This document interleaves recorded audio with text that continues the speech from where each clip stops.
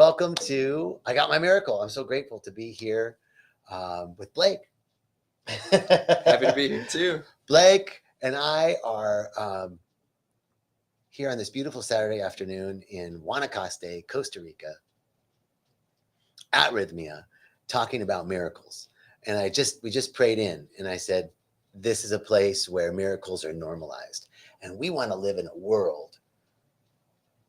And this is our world from now on. And everybody who's watching, your world, our world, my world, your world is normalized miracles. We're in a world of normalized where the miraculous happens every day in our lives, because that's what we're about. So if you're up for that, stay tuned for this conversation. So I like that. Yeah, that's good. So, brother, thank you for saying yes to doing this interview. You've just had a week at Rythmia, but this is your third time at Rythmia. That's right. Okay, so for people that are out there going, well, why do you need to come 3 times? Like, what's up? What would you say? I would say that the transformations that I've received at Rythmia have led to lasting change. But every time I come, I transform more. I become more of who I truly am. And life just gets better and better and better. And I also have new awarenesses about parts of myself that I'm willing to face and to move through, because I realize that I carry unnecessary suffering with me. And I've learned that at Rythmia and with the medicine that I can look at these things and I can find solutions within myself so that I can get on with my life. Yeah. That's something that's been really up for me. It's finding solutions within ourselves, right? Like, it's all here. Yeah. And because we're God, we're the one source and one power. We're connected to that universal mind. And when we stop and listen long enough, get quiet, we can hear the voice of God, right, which is our voice, which is the truth. We can trust ourselves. Yeah.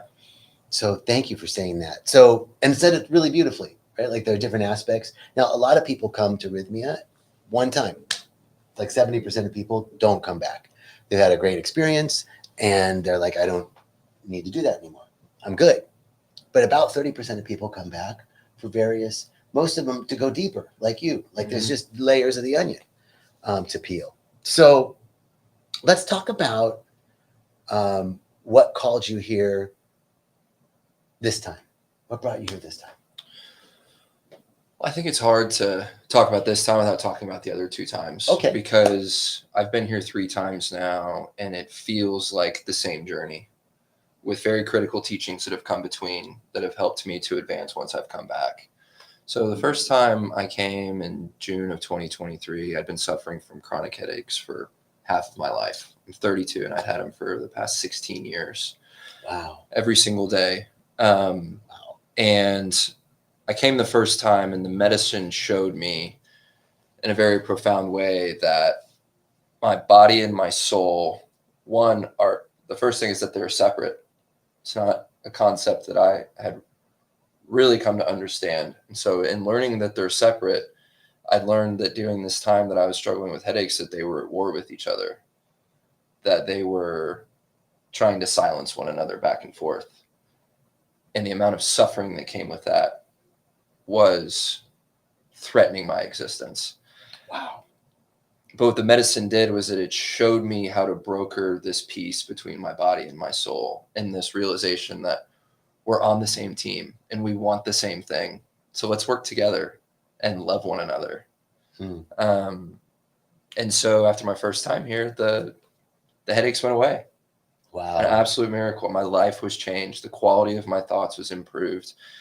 So I left Rythmia, and I had a really good couple of months. And then I started to realize that some of the habits that I had created in a response to my pain were still there. And that was in the form of addiction.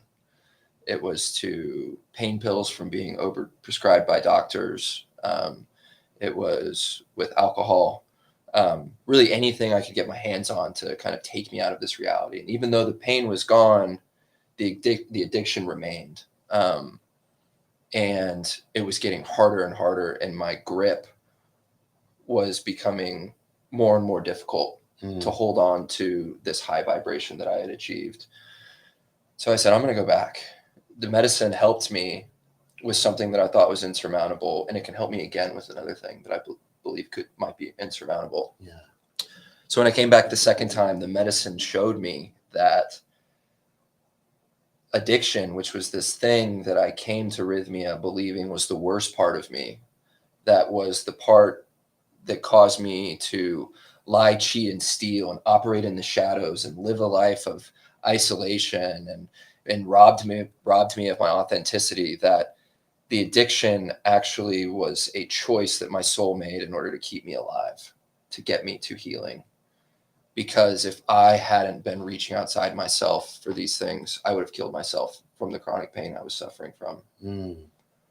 And once I knew this in my heart, then came gratitude, and then came the ability to let go, because I wasn't a victim to this addiction anymore. It was something that had to happen so that I could have my healing, so that I could wake up. And so the second time So good. I purged that voice from my head, and there's always the chance that it could come back. But that's why my practices are important every day, making sure that I put myself first and I connect with myself, and I eat and I exercise and I do things that are good for me and good for my mind. And then that voice just stays silent. So it was chronic headaches, it was addiction.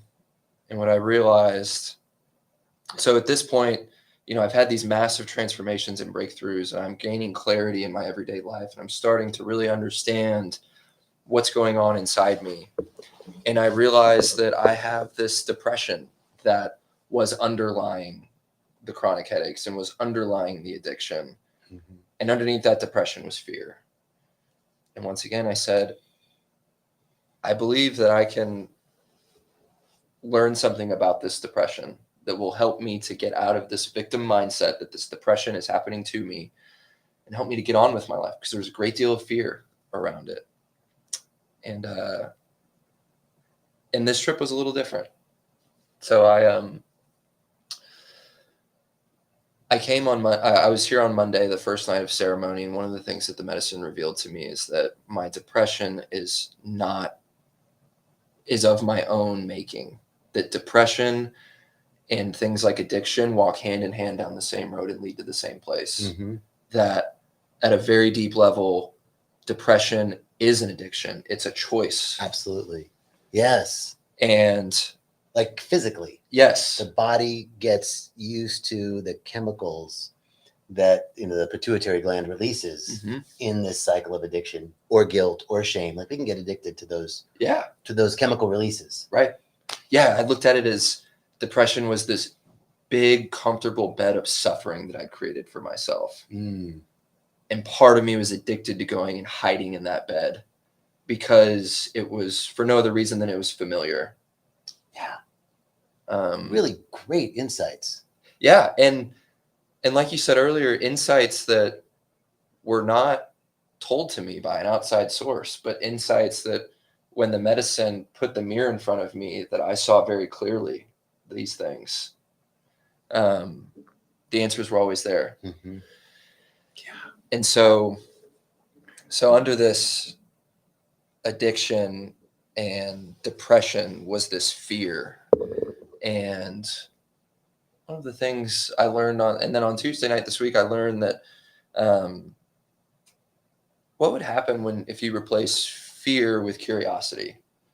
If instead of seizing up and losing your breath and anticipating the worst possible outcomes from a situation, what if you put that away and you just think, if you approach it with curiosity, and how much more productive would that be with all situations in life?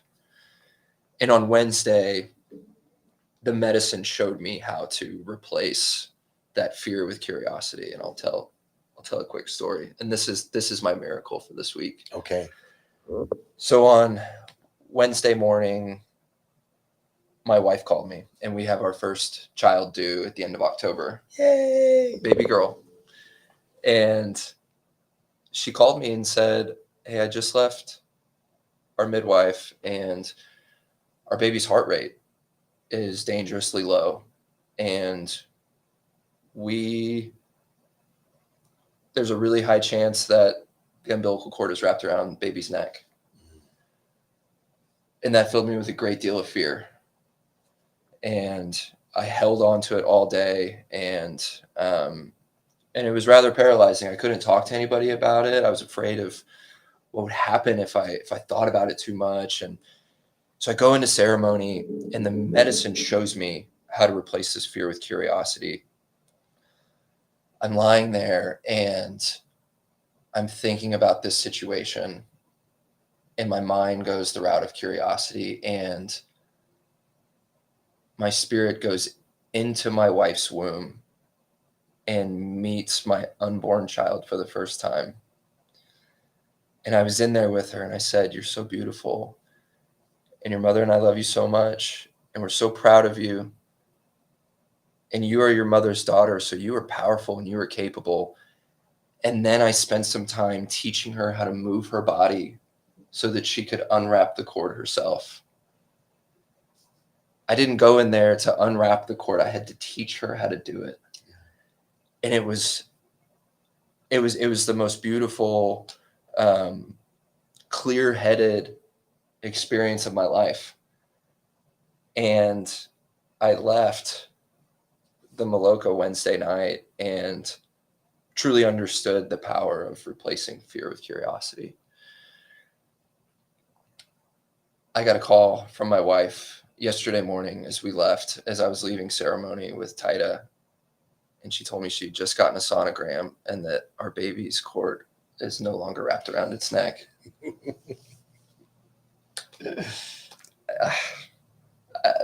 Yeah, man. I mean, it's so good. Yeah, and I don't, I shared this story, and some people have told me good job. And I don't like the way that feels, because what I understand is that we all have this power inside of us. I'm not more special than anybody. I was just given this gift of understanding for myself how powerful we are. This is, and that when you become one with God, anything is possible. This is the key. First of all, I just want to acknowledge you for this beautiful, like, you've just spoken impromptu, extemporaneously for the last 12 minutes. So beautifully, so clearly. I was like, just keep going. Because, so let me just recap. You came with chronic pain the first time, had a realization that your body and soul were warring with each other, that there was a disharmony, and you harmonized those two parts, right, of yourself, the other parts of you, and realizing that and this is integral to parts theory, or internal family systems, that like all the parts of us, even the addicted part, even all the parts of us actually want the best for us. They're just not synchronized, right? They have different perspectives on how to get to there. Well, doesn't that sound like a normal family or politics? You know. And so this harmonizing and unification of your soul and your body, and realizing we're on the same team, being able to do that. And then this insight that you had around addictive patterns, that the body actually became addicted to this. Or no, first it was the addictive patterns with the pills, and realized this is another beautiful insight that you had, that everything had to happen exactly the way that it did. And it's really what we say, everything serves until it doesn't. And you realized, oh, wow, actually the thing that I thought was going to be my biggest source of shame and guilt actually became my victory story, which it saved me. Yes.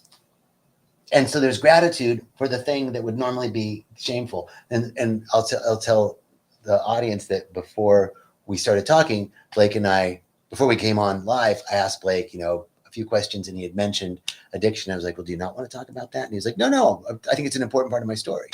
And it is, so I just want to acknowledge you, like, no, that's an important piece to realize the thing. I'm not shameful about that. It's actually my victory story. It's how I got over. And then this latest iteration with overcoming depression and seeing that there was an addictive aspect to the depression. And which is, it's more comfortable to stay in the known, even if the known is dissatisfying, it's more comfortable to stay there than it is to go to the unknown. And you learn by moving to the unknown how to replace fear with curiosity. My teacher, Reverend Michael,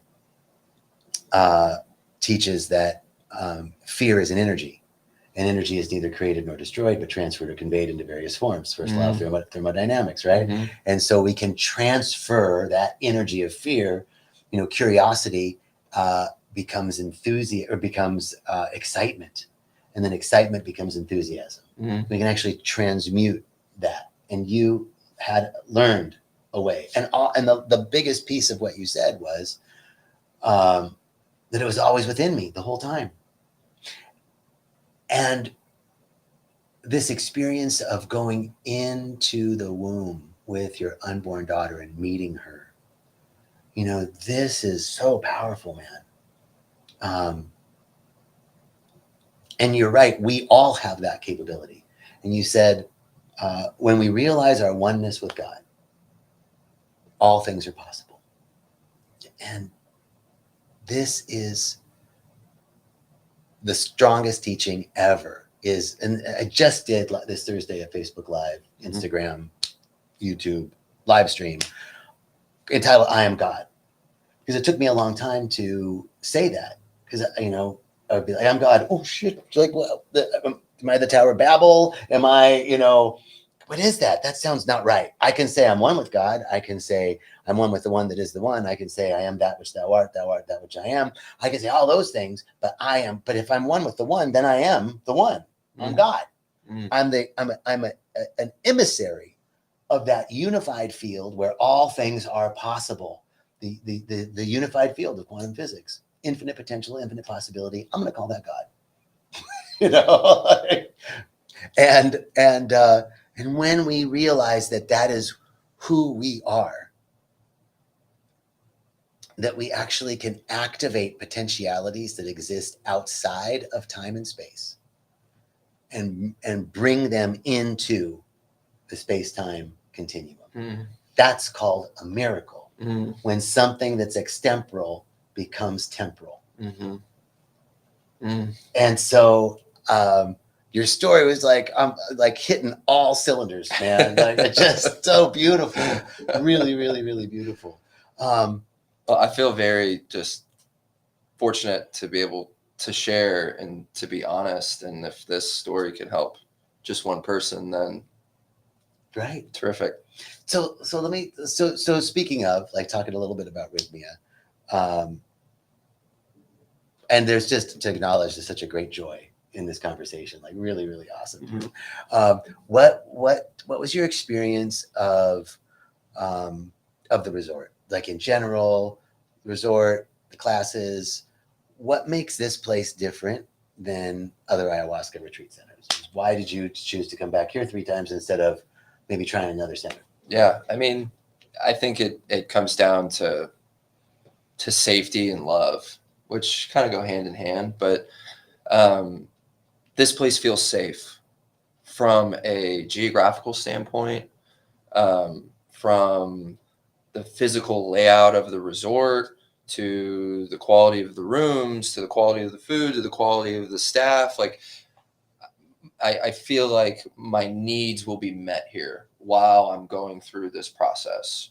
And so there's safety from a, just a hospitality standpoint, but then there's extreme emotional and spiritual safety as well. I think that Rythmia's program, which I don't think that can be understated, how important that is. The classes, the yoga, the way that the ceremonies are conducted. I think that you feel so loved and so supported throughout this whole week, which is challenging, and I'm glad it's challenging, because if it wasn't, then it wouldn't be worth it. So extreme safety, and then the love of not just the staff, not just people like yourself, but of the other guests as well. I mean, by the time you get to the end of the week, you realize that everyone here is just looking to heal and to find more peace and more love and more joy. And I think one of the really powerful aspects of this place is the openness that it cultivates, the conversation and the sharing that you have with other guests, and learning from everyone that's here, not just the teachers. Right. Like the whole week is ceremony. Mm-hmm. And you're like at the pool, you're at lunch, you're in a class, you're at yoga, and stuff's popping. Oh yeah. Yeah. Yeah. So, safety and love. I think that's what Rythmia does best. Really beautifully said. And I do think the program, medicine is the medicine. It's beautiful. It's going to do its job. It's a consciousness in and of itself. How it's the container in which it's delivered, I think, is super important. Huge. And I think that you're right. Like the way the classes are structured, the insights, the simplicity of the 3 intentions and the 4 questions, like that's the core, right? These 3 intentions: show me who I've become, merge with my soul, heal my heart, and help me forgive the unforgivable. And the 4 questions that help us get to remember it's all about the feeling, right? And the 4 principles, what's coming is going. The like to mind your own business, to push yourself a little bit further and drink, like all of those aspects. I think those core pieces of the curriculum here make this place unique, because you can find Shaman Bob down the street's probably doing a ceremony. Everybody's doing ceremony these days, and beautiful people are traveling from Colombia and Brazil, all over the world, bringing this medicine. And those are beautiful ceremonies. But the week container here, the 1 week, 7-day container, for transformation, like if you want to move through the thing that you've been working on for 15 years and haven't been able to figure out, if you want to figure out your relationship, life purpose, like get clear on those things, it's going to happen here in a week, Yeah, that's right. And it all happens. And I think the 4 nights in a row, while that is 4 nights of medicine in a row, while that's strenuous, I find it to be one of the key reasons that there's such a high miracle rate here, because it pushes people to the edge. When you come out the other side, it's like the joy and freedom and love that you get is worth every ounce of effort that you put in. Beautiful. And there's a bunch of questions I could ask you, but I feel like this is such a complete place. Is there anything else that you want to add? Anything else that's on your heart?